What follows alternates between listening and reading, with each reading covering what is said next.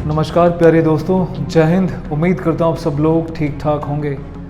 आपका वाकई में धन्यवाद बोलना चाहता हूँ कि आप अपने इस परिवार के साथ जुड़े हुए हैं। और आज ये जो टॉपिक है सिर्फ एक न्यूज़ नहीं है, ये हर एक युवा को, हर एक उस व्यक्ति को, चाहे वो स्टूडेंट हो, चाहे वर्किंग प्रोफेशनल हो या बिजनेसमैन हो या एक घर में रहने वाली या काम करने वाली कोई महिला हो या स्टूडेंट हो, आप सभी के लिए बहुत ज़्यादा इम्पॉर्टेंट है। क्यों है उस पर डिस्कस करेंगे अभी। ओके, तो सुशील कुमार रेसलर का नाम शायद ही कोई हिंदुस्तान में ऐसा होगा, भारतवर्ष में, जिसने ना सुना हो। सुशील कुमार वही नाम है जिसने भारत के लिए बीजिंग ओलंपिक्स में 2008 में पहला ब्रॉन्ज मेडल जीता था। बहुत बड़ी अचीवमेंट थी। उसके बाद 2010 में ये इकलौते ऐसे भारतीय थे जिनको टाइटल दिया गया था, वर्ल्ड लेवल का वर्ल्ड टाइटल दिया गया था रेसलिंग में। 2012 लंदन ओलंपिक्स में इन्होंने जो है सिल्वर मेडल जीता, जो कि बहुत बड़ी अचीवमेंट थी। और इतना ही नहीं, 2009 में इनको राजीव गांधी खेल रत्न अवार्ड भी मिल चुका है। इसके अलावा बहुत सारी अचीवमेंट्स हैं जिनकी वजह से ना सिर्फ इनका बल्कि पूरे देश भर का नाम रोशन किया। लेकिन वो कहते हैं कई बार इंसान कुछ ऐसी परिस्थितियों में आके या कुछ ऐसे माहौल में हो जाता है कि उसके बुरे दिन शुरू हो जाते हैं। और मैं बता दूं आपको, सुशील कुमार सिर्फ देश का रेसलर ही नहीं था, ये यूनिफॉर्म से भी जुड़ा हुआ था।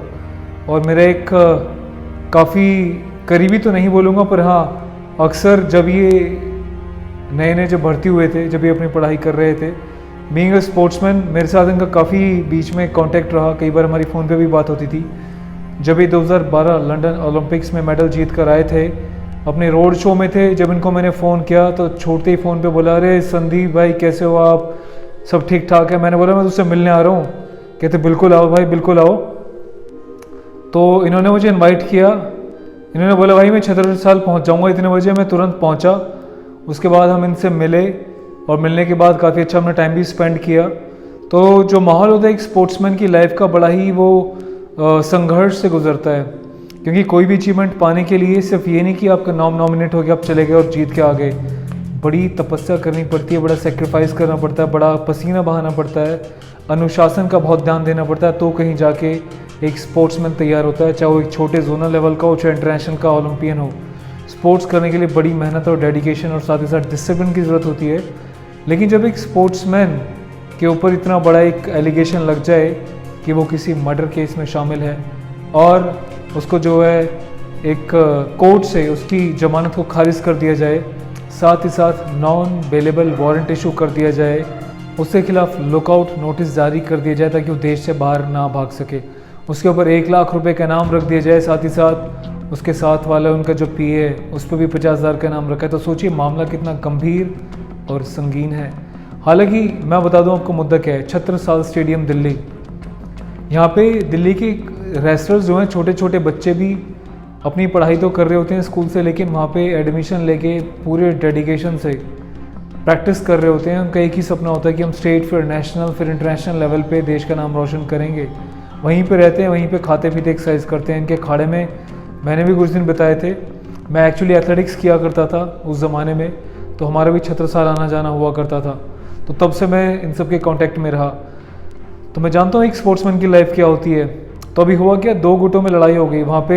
मैं क्या बोलूँ यार, स्पोर्ट्स में एक ही उद्देश्य होना चाहिए कि देश के लिए मेडल लाना है। सबको मिलजुल के पॉजिटिविटी के साथ मेहनत करनी चाहिए, एक दूसरे का सपोर्ट करना चाहिए। लेकिन इसी दौरान एक नाम निकल कर आता है, सागर राणा धनकर, जो कि जूनियर नेशनल चैम्पियन भी रह चुके हैं। अभी ये आरोप लगाया गया है कि सागर के साथ सुशील कुमार रेसलर का कुछ डिस्प्यूट चल रहा था किसी प्रॉपर्टी को इवैक्यूएट करने के बारे में।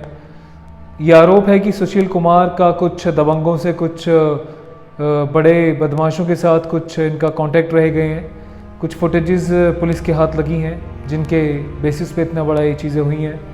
तो आरोप लगा है सुशील कुमार रेसलर के ऊपर कि इन्होंने जो है उसको वहाँ से उठवाया, फिर गाड़ी भर के लोग आए और काफ़ी वहाँ पे रेसलर्स को, एक गुट ने दूसरे गुट को काफ़ी मारा पीटा लाठी डंडों से। वहाँ पे बंदूक से फायरिंग भी हुई। गाड़ियाँ जो जब्त करी गई उनमें हथियार भी पाए गए।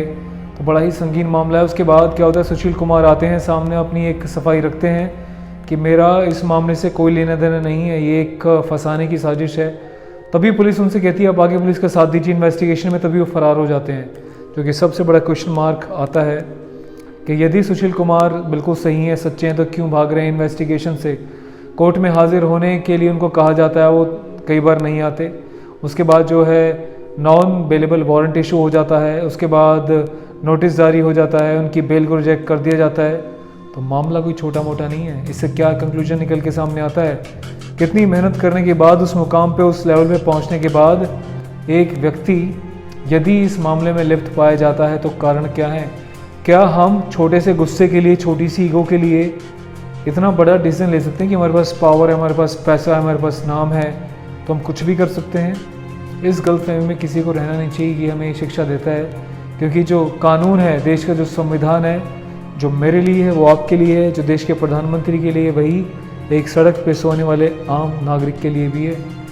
तो कोई भी गलत काम करने से पहले 100 बार सोच लेना चाहिए उसके आने वाले भविष्य के परिणामों के बारे में, जिसके बारे में अक्सर कोई सोचता नहीं। गुस्से में आगे कदम तो उठा लेते हैं, लेकिन ये नहीं पता होता कि उसके पीछे आपका परिवार कितना सेक्रीफाइस करेगा। आप जब अपराधी साबित हो जाओगे तो ज़िंदगी आपकी जेल के पीछे जाएगी। अभी मेरे बहुत सारे तो नहीं, पर कुछ मेरे जान पहचान के ऐसे भी लोग हैं जो कई सालों से जेल में बेवजह सज़ा काट रहे हैं। कई बार ऐसे भी लोग होते हैं जो बेगुनाह होते हैं और सलाखों के पीछे पहुंच जाते हैं। उनकी ज़िंदगी भर उनका परिवार, उनकी लाइफ स्पॉइल हो जाती है। वहीं कुछ अपराधी भी ऐसे होते हैं जो अपराध करके भी खुलेआम घूम रहे होते हैं। तो भाई मैं ये कहता हूँ, जो भी गुस्से में आके कभी आपको कोई डिसीजन लेना हो तो 100 बार ही सोचना। कई बार किसी व्यक्ति की गलती को माफ़ भी कर देना चाहिए। गलती माफ़ कर देने से कोई छोटा नहीं हो जाता, और लेकिन गलती भी ऐसी होनी चाहिए कि माफ़ करने लायक हो। ऐसा भी कोई अपराधी ना हो कि उसको कोई माफ़ कर दे। कानून बना यार, कानून के पास है। पर हाँ, जहाँ पे संगीन कुछ मामले हो जाते हैं, किसी की इज्जत पे बात आ जाए, माँ बहन बेटी के ऊपर, तो यकीनन इंसान कानून को हाथ में लेने में क्षण नहीं लगाता।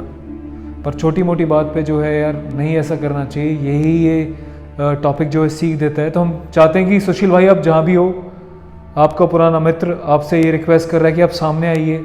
आपका परिवार भी बार बार सोशल मीडिया के माध्यम से आपसे गुहार लगा रहा है कि आप सामने आइए, अपना पक्ष रखिए। यदि आप सही होंगे तो आपकी सपोर्ट में भी हम लोग खड़े रहेंगे। यदि आप गलत पाए जाएंगे, कानून तो किसी को बख्शेगा नहीं, लेकिन आप सामने तो आइए, खुल के बताइए। यही हमारी आपसे रिक्वेस्ट और अपील भी है। आप जहाँ भी अगर बैठे हैं, आपका मोबाइल भी ऑफ जा रहा है, आपको मैंने ट्राई भी किया था कई बार, तो भाई सत्य के साथ दें। जो भी सही हो, गलत हो, दूध का दूध, पानी का पानी हो, तो सामने आइए और अपना भी आप बात रखिए, अपना मुद्दा रखिए। दोस्तों, इस बारे में आप क्या कहना चाहते हैं, अपनी राय रखिएगा। और साथ ही साथ मुझे काफ़ी हमारे जो चैनल से जुड़े हुए साथी हैं रॉयल सोल्जर के साथ, काफ़ी यूथ कह रहा था कि सर आर्मी भर्ती में जो है, नेवल की भर्ती में हमने इतने फॉर्म भरे, हमने इतनी प्रैक्टिसेस की, लेकिन उसके बाद कहा गया कि 10,000 लोगों को ही बुलाया जाएगा। मुझे लगता है कि ये MOD की तरफ से, नेवल की तरफ से एक ट्रांसपेरेंट डिसीजन नहीं है। वो लोग, वो बच्चे जो मेहनत कर रहे हैं, जिनके अंदर क्वालिटी है, सिर्फ परसेंटेज मायने नहीं रखती।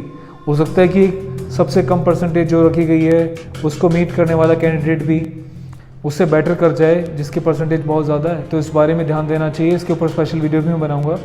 तो ख्याल रखिएगा अपना भाई, और ऐसे ही प्यार से भाईचारा बनाए रखिए। नफ़रतें फैलाने से सिर्फ नफ़रतें फैलती हैं, प्यार बढ़ाने से थोड़ा सा प्यार फैलता है। लेकिन गलत चीज़ के खिलाफ आवाज़ उठाना नफ़रत नहीं होता। गलत चीज़ के लिए आवाज़ उठाइए, और जहाँ पे जो चीज़ सही है उसको सपोर्ट भी कीजिए। ख्याल रखिएगा अपना। और यदि पहली बार देख रहे हैं अपना चैनल रॉयल सोल्जर, सब्सक्राइब कीजिएगा, press bell icon, all notification, ताकि अगली बार जब भी कोई अपडेट आए तो आप तक वो पहुँच सके। Take care for self, good bye for now, जय हिंद।